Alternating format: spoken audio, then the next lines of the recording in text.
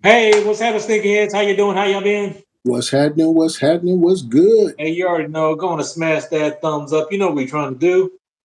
Yes, sir. Yes, sir. So in this video, we got the updates and recaps. Starting off with the updates. So right here, we're looking at photos of a Nike Dunk Low, aka Black Spider-Man. This shoe is set to release soon.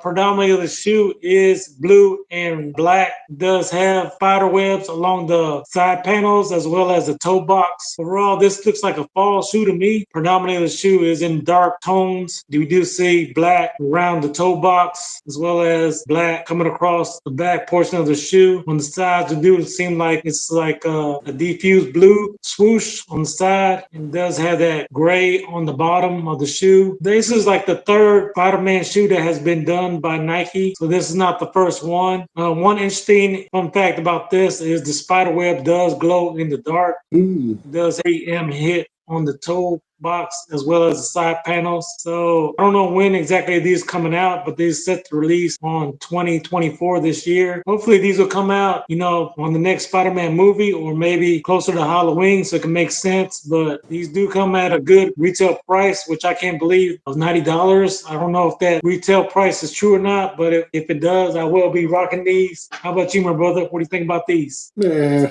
dropping those. I will be dropping those. Any shoe that glow in the dark is not meant for men to wear, meant for the babies. So I will be dropping those. Trick love the kids.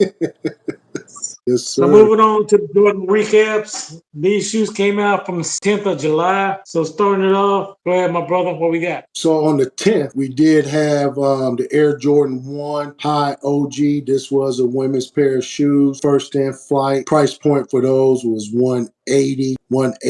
According to Nike.com, all sizes are still available. All sizes are still available. I don't know when Jordan Brand go just get it that women ain't buying those shoes that's price point of 180. I mean, if we're paying for the material, just make them all low, right? I prefer to see a woman in low tops anyway. I don't want to see a woman in high tops, right? No. So Jordan Brand, yeah, let's put some thought behind it. Hey, if you need any advice on what's what when it comes to, these shoes, hey, drop us a comment down below or just give us a thumbs up or something. But either way, those price points of 180 for women's shoes go always sit and go under retail. So just put some thought behind it, Jordan Brand. According to Nike.com, all sizes are still available. So this is a nicer shoe in hand, and this shoe is performing on the retail. If you haven't done so already, check out that short right there. But I did see these in hand, and the pictures don't really do justice to the shoe. It does have some nice tumble leather on the toe, and that Carolina blue is a little bit lighter. But check out the short, you'll see a better view of what it looks like in real life. So moving on July 6th, we did have an airship collaboration. This was with the boutique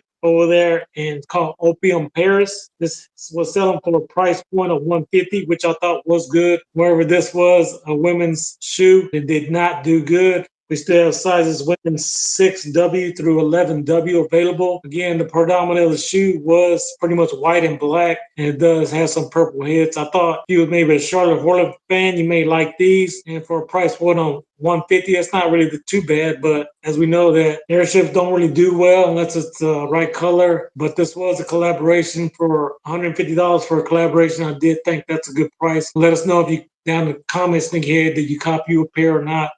Hey, and if you guys continue to love content like this, hey, check out that video right there. Like we say for sure, when you're blessed. Hey, bless others. Peace.